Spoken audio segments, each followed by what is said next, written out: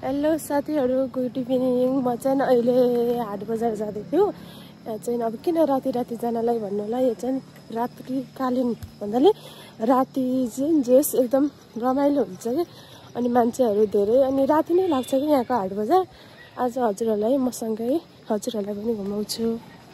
साथीहरु, खासै बोल्ने बानी नभएर होला नि, भन्नाले खासै भिडियो बनाइन्न नि त, खासै हैन, बनाउँदै बनाइन्न नि त, त्यही भएर बाटा यस्तो बोल्दै हिँड्दा नि यस्तो लाज लाग्ने रहेछ क्या। अनि जहाँ यस्तो खाली ठाउँ छ त्यहाँ चाहिँ अन गर्यो, 2-4 शब्द व्यक्त गरिहाल्ने, अनि अफ गर्ने गर्दैछु। यस्तै हो, अब बोल्न नि आउन लाज नि लाग्छ। हेरौँ कस्तो भन्छ। तर मैले हाट बजार चाहिँ घुमाउँछु है त साथीहरु। मैले चाहिँ जसरी भयो नि मेरो लाजलाई साइडमा राखेर मास्क लगाएर हिँडेर भयो नि यस्तो भिडियो चाहिँ बनाउँछु।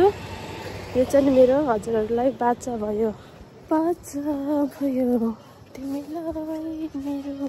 साथीहरु ल, रिक्स लिइहालेँ मैले। ल साथी न सँगै एक्लै रङ्गी चङ्गी भइरहेको मेरो जिन्दगी। हेर्नु, एक्लै हाट बजारदेखि लिएर जता पनि आनन्दले घुमिएछ, खाइएछ, बसिएछ भन्दिन। एक्लै भए पनि परेको ठाउँमा चाहिँ गइरहेको छु है, बानी पर्न पर्छ। अरू मेरो साथी होइन कि, मेरो लागि चाहिँ स्लोगन चेन्ज भएर मोबाइल मेरो साथी।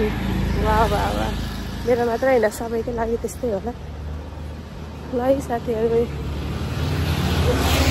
इभिनिङ वाक नि भइरह, किनमेल नि भइरह, आनन्द हो।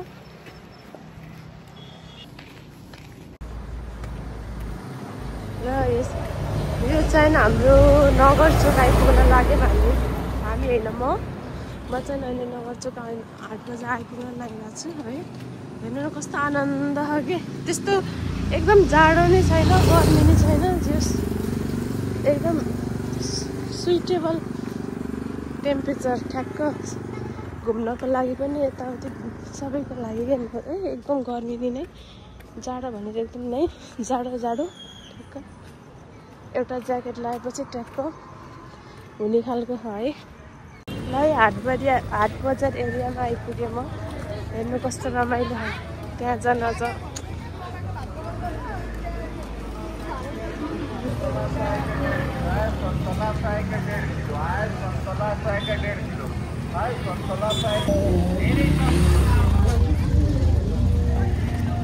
पार्किङ एरिया है यो चाहिँ।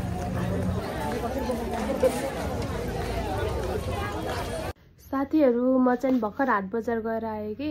हाट बजार यसो घुमेर माइन्ड फ्रेस गरेर आम भनेको, आमा फलफुल मेनली तरकारीको कि रेट सुन्दा त फ्रेस हुने होइन, डिप्रेसनमा गइने रहेछ। के साह्रो महँगो हो भने केक किनेर खाइसक्दो छैन।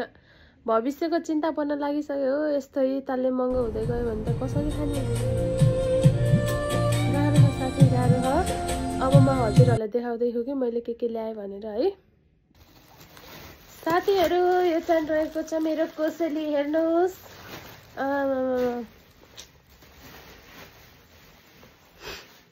मलाई त रेट सम्झेर अहिले नि गरिम भएर आयो भने म त सक्दिनँ। यस्तो जाडो महिनामा रेट सम्झेर बिहान नुहाउनलाई गुड आइडिया। यस्तो नुहाउन सकिन्न बिहान, अनि ठ्याक्क रेट सम्झिने गर्मी भएर आउँछ नै हाल्ने। नाइस ट्रिक है यो चाहिँ। मैले चाहिँ अरूले चाहिँ बिहानदेखि बेलुकाको 24 आवर्स अथवा बिहानदेखि बेलुकाको ब्लग भिडियो गराउनुहुन्छ कि, म चाहिँ इभिनिङ सिफ्ट, मेरो इभिनिङ दिनचर्या कसरी बित्यो भनेर चाहिँ सानो ब्लग गराएको छु। कृपया सबैजनाले हेरेर लाइक, कमेन्ट, सेयर, सब्सक्राइब गरिदिनु होला। मेरो जम्मा 42 सब्सक्राइब छ। यो भिडियो हालेपछि चाहिँ 100 पुऱ्याइदिनु ल। हस्, ओके, बाई।